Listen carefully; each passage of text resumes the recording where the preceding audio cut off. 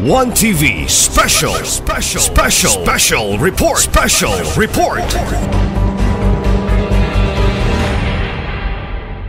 Thank you, Das. May butag sa tanan.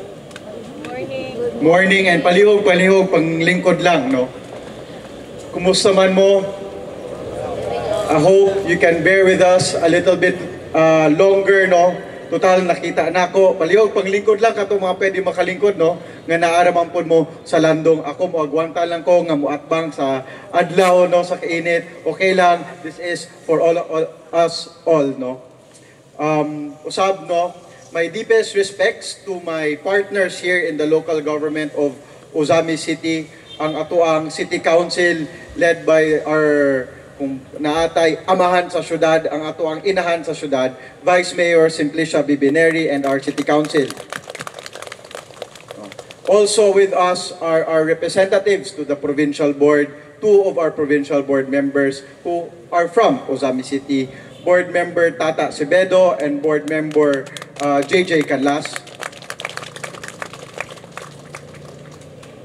Sa atuang mga national agency partners, no, the DILG, headed by Sir Edgel Vedra. Sir, good morning. Of course, ang atuang very strong and active partner sa law enforcement, ang atuang Ozami City Police Station led by the very able Police Major Dennis Tano. Chief, morning. And ang ilahang partner po dire sa 2nd District, no, ang atuang 2nd PMFC led by Police Colonel Roger Kent Andoy. Sir, morning. Ang atuang BFP led by our newly assumed Fire Marshal, si Chief Inspector Carmelito V. Jonella. Sir. Ang atuang mga partners sa DepEd, led here today by ang atuang ASDS, Sir Junicio Liwagon Jr. Sir, good morning.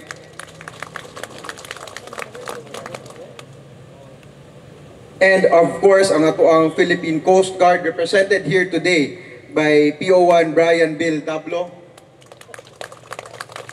Sir. Ang atuang Jail Warden, no, BJMP, represented by Jail Inspector Archel T. Andoy. Sir. And also Jail Inspector Sheila G. Conol. Ma'am. Our partners from the private sector, no, from the religious sector, represented by Ma'am Saina Kasan. Ma'am. The Ozami City Chamber of Commerce, led today by Ma'am LV Tan. I'm not sure if she's here, but to the chamber, good morning, ma'am and sir. And of course, the Ozamis Filipino-Chinese Chamber of Commerce, na po diri ang ilang head, si Sir Arthur Chan and the rest of the group. Good morning. No, and our veterans, to all the guests today, the department heads of the City Hall, no, ato ang mga LGU employees, once again, a pleasant morning to all of you. Morning. So today, we are gathered to celebrate and to commemorate our 126th Independence Day. In doing so, we are not just remembering a very pivotal moment in our country's history, but we are also reflecting, we are looking at and appreciating kaning gift, no, a regalo kay kani. It's not something that was easily given to us, no, of freedom that our forefathers and ancestors fought dearly for. So 126 years ago, today is our 126th anniversary of independence.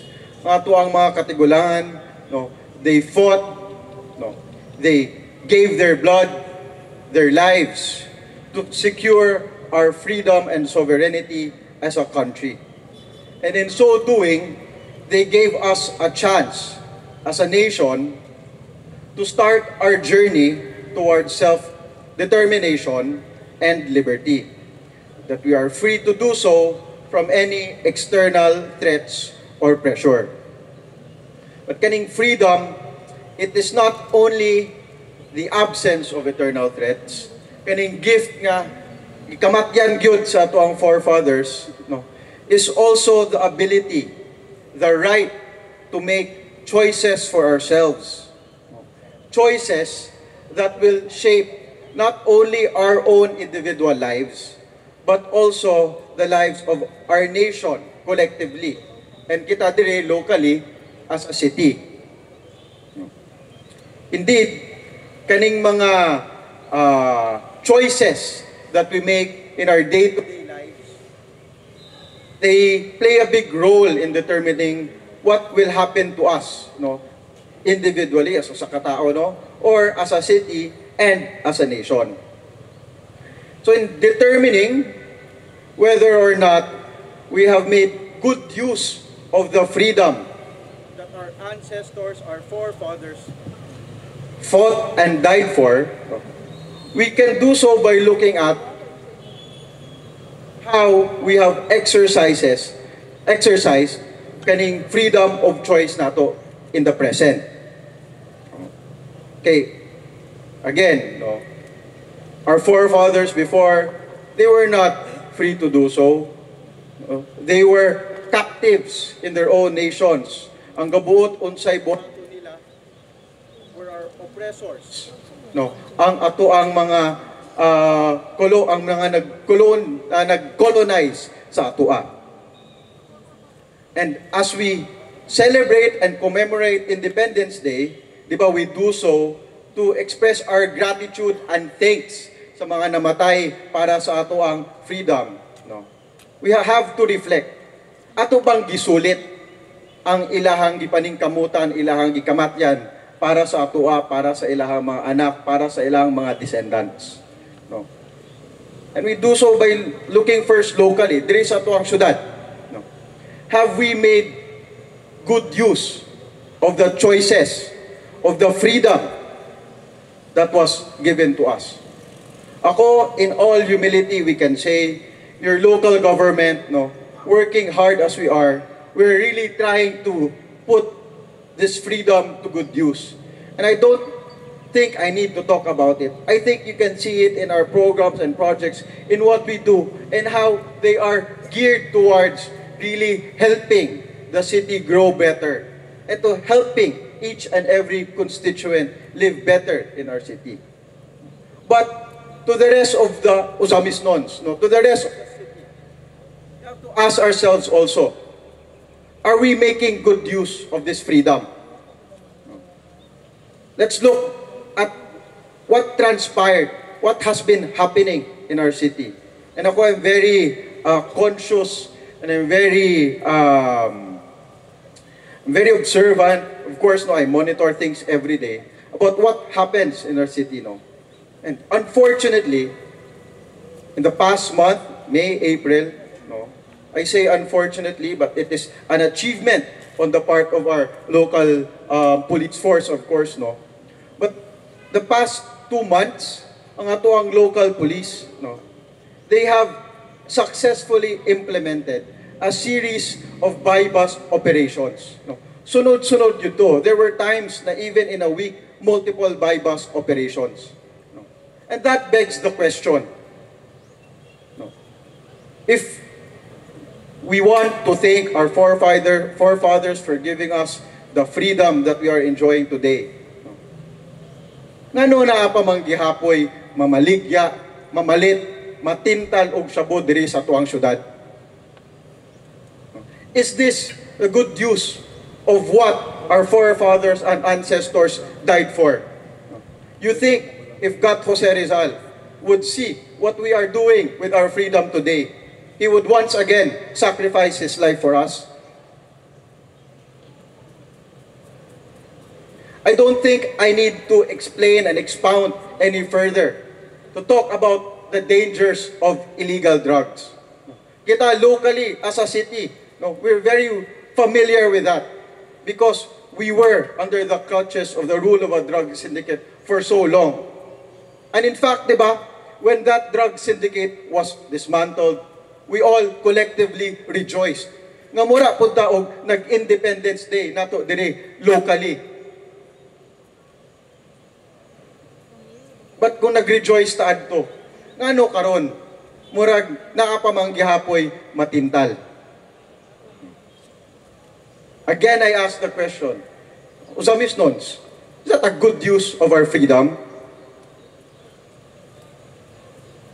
We are very lucky that every day we get to wake up and make our own decisions, no? To choose the lives we want to live, no? Free from any external influence. No? We're very lucky that there were people who sacrificed their lives to give us this choice every day, every morning. So we should not be wasting our lives. We should not be ruining the lives of other people by giving in to whatever temptation or appeal illegal drugs has to offer and has to give. No. Don't get me wrong though, lest I be misunderstood. Ako lang iklaro. No. Our illegal drug situation here in the city, when compared to other cities, municipalities, provinces here in the region, and even in the country, no, we're in a good place, relatively. Maayo raman ta. No. I know you can feel that, mabati man na ninyo. And you can also hear that when you meet people and friends from other localities. Makadungog man mo kung unsa na ang sitwasyon nila dito, ma-compare ninyo sa sitwasyon nato sa atoa, nga maayo ra man gyud ta, no. And another key indicator of that is the fact that karon san pag naay murag makalusot-lusot, wala may organized group nga makadala, makapasulod sa illegal drugs sa atuang syudad. No. But if we want to give thanks and to show our gratitude to our forefathers who fought for our freedom, and muma na itong gibuhat karon, Independence Day, we commemorate it because of their sacrifices. Then dapat dili nato sayangon. No. Dili ta pwede magkumpiyansa. No. We still have to remain vigilant and understand that the problem, the scourge of illegal drugs, is a continuing challenge for us to deal with that requires our conscious effort to totally weed out and eradicate. And I talk about what transpired the past 2 months, no, to use it as a reminder and to point out that we should treat those series of incidents as a wake-up call. We have to remain vigilant. We cannot rest on our laurels. The gains given to us by our law enforcement men and women in uniform, no, na sila mo naningkamot yun. And there were also several of them, no, who lost their lives, no, were put at risk to give us the situation we are in right now. We have to make the most out of this opportunity, no, by being conscious, no, by doing whatever little we can to make sure na hindi na makabalik. No. And ganiha, no, I was listening to the Bagong Pilipinas Pledge, no, in one of the last lines, it was said there, ang kaunlaran hindi lang para sa, or hindi lang trabaho sa iilan. We all have to work together to rid our city, our society of this problem. Dili na to pwede nga isalig lang tanan nila Hepe, nila Colonel Andoy, ano sa ato ang mga pulis, no? Although they are very competent. And makasayod yun mo, no, katong mga naguna-huna, katong mga natintal, or katong namaligya og droga ng patago, no, it will only be a matter of time before madakpan mo nila. That is the level of their competence. No? But despite their competence, di na to pwede iasa lang tanan sa ilaha. Dili na to pwede iasa lang tanan sa PIDEA. Dili lang na to pwede iasa tanan kang VM, no, sa City Council or elected officials. No? A lot of simple things we can do, no, to help us rid of this problem totally. No? Kung naatay mga nadunggan nga kaila nato nga murag na tempt na or kahinay-hinay o pamaligya ba kay laag kung ahabang nga lugar, no? We have to give them sound advice. Mupadlong ta sa ilaha. No? Ayaw na lang gid mo sulay ana. Okay, dira sa Usamis padakop gid mo. No? No? And if maabot sa punto nga kamo mismo may matintal, just say no. Sa mga kapitan, kay kita mo ko ninyo karon front row magyud mo, no, up here makita na ako eye level, no. Ayaw isalig tanan kang board JJ kang Cons Carlo. Kamura ba? No, dali hilig kay mo maglangi-langi sa ilaha, mga ayaw og mga pabor sa ilaha. No, pero kung ang pangutana, ang ilaha bang gipampabuhat sa inyo, no, I remember when I first called you, Ayrong Tuiga, January or Feb of this year, no, my marching orders was to focus on the peace and order of your respective barangay, no, to reduce criminality and to make sure dili na gyud makabalik ang droga. But what happened? Ano daghan makignadakpan atong April atong May? And I'm sorry but I can't help but express my disappointment. Because if you recall, when we supported majority of you during the barangay elections, ingon gyud ko, we will give you our all-out support, but when the time comes, maningil mi sa inyo ha, ang amo ang isingil is tarong nga pagtrabaho, sarong nga pagserbisyo isip mga kapitan. No. Then why is it, when I pipila sa inyo ha, ako na lang specify, no, duha ra man pud ka buok. When I asked, naon sa maning, anong murag namay na imong adik sa mga barangay?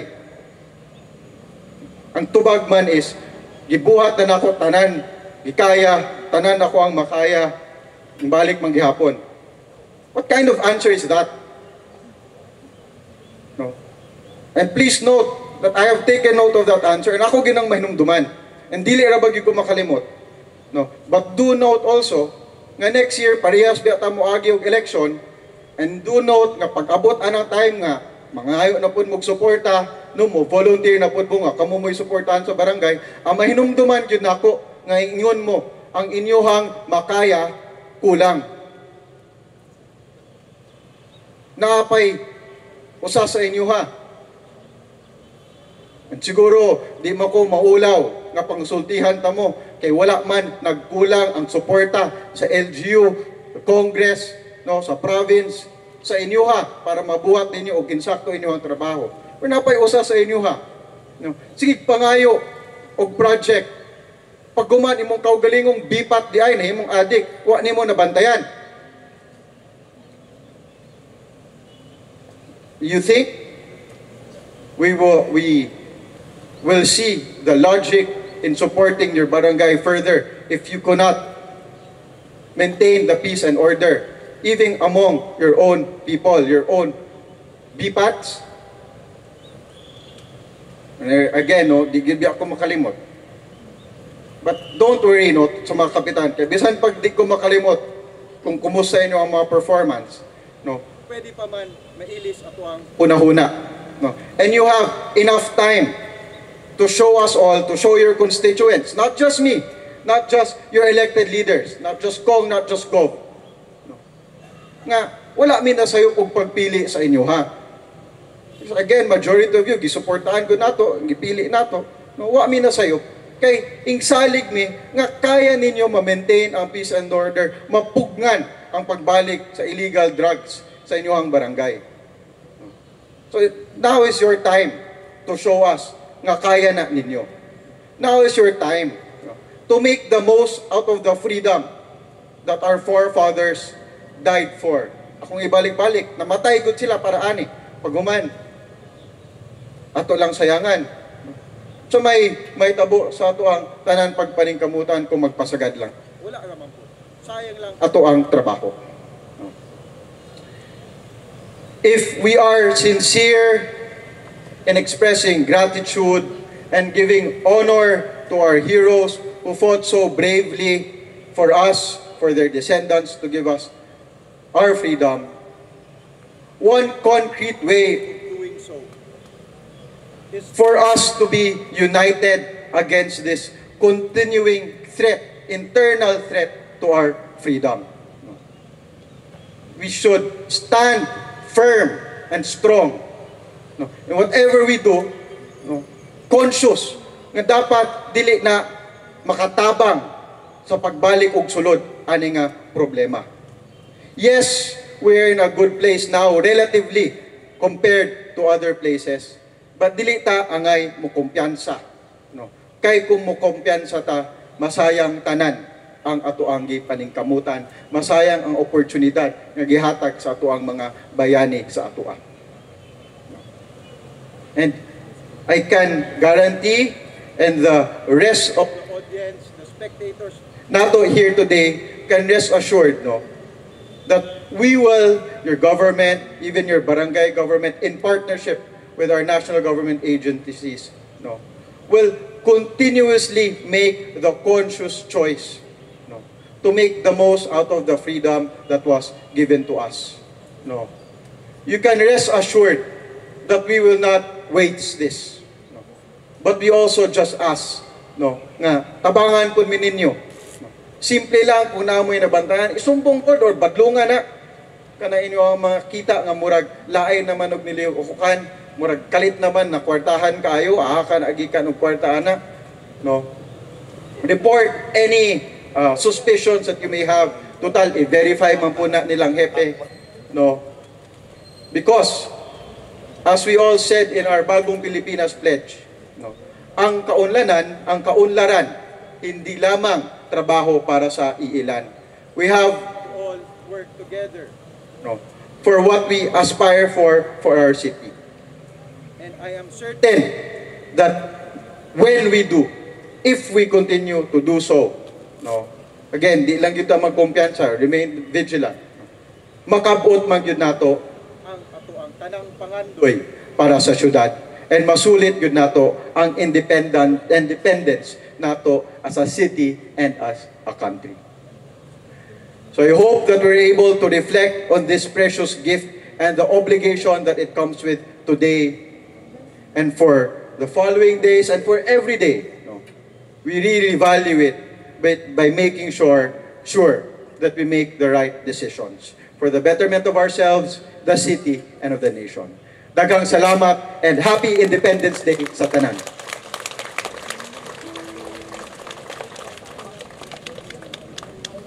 Thank you very much, Mayor, for the words of inspiration, the points to ponder on, to help us appreciate better the freedom, the independence that we are having right now. We are requesting everyone to please rise and please join in the mass singing of Ako Ay Pilipino, to be led by the LGU Ascenso Ozamis Chorale.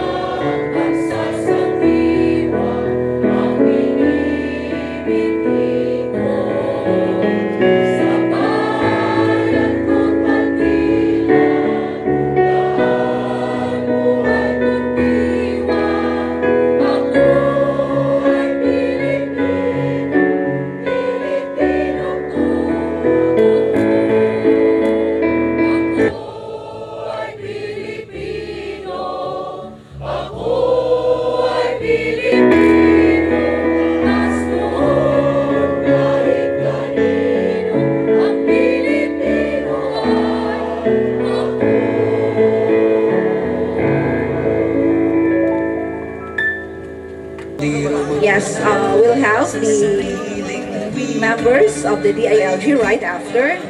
to be followed by the Philippine veterans, and then the Liga ng mga barangay. So in aning particular order ang atong picture taking with mayor and our city officials. So after this, DILG Ozamis, to be followed by Philippine veterans, then sunod ang Liga ng mga barangay. The Knights of Columbus will follow, then indigenous people, after the Ozamis Chamber of Commerce. Sunod sa Chamber of Commerce, we'll have the Filipino-Chinese Chamber of Commerce, the religious sector, COA, DepEd, Bankers Association, and the Muslim, and of course, after Philippine National Police, 2nd PMFC, PFP. Basta na nakabalik later. Of course, the LG department heads. And then everyone, magpadala lang tayo representative na sa City Hall lobby ang inyong breakfast. So magparalita maghuot dito.